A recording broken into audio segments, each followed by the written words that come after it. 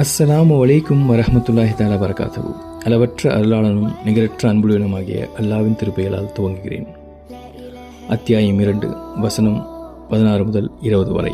இவர்கள்தாம் நேர்வழிக்கு பதிலாக தவறான வழியை கொள்முதல் செய்து கொண்டவர்கள்.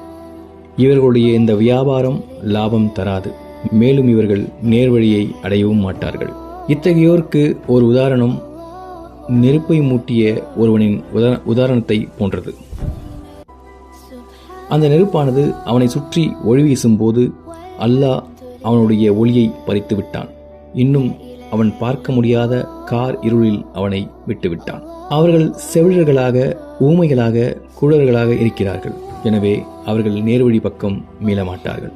அல்லது இன்னும் ஒரு உதாரணம், கார் இருளும் இடியும் மின்னலும் கொண்டு வானத்திலிருந்து கடுமழை கொட்டும் மேகம். இதில் சிக்கிக் கொண்டவர்கள் மரணத்தை அஞ்சி இடியோசையினால் தங்கள் விரல்களை தம் காதுகளில் வைத்துக் கொள்கிறார்கள். அதனால் அல்லாஹு எப்போதும் இந்த காஃபிர்களை சூழ்ந்தவனாகவே இருக்கிறான்.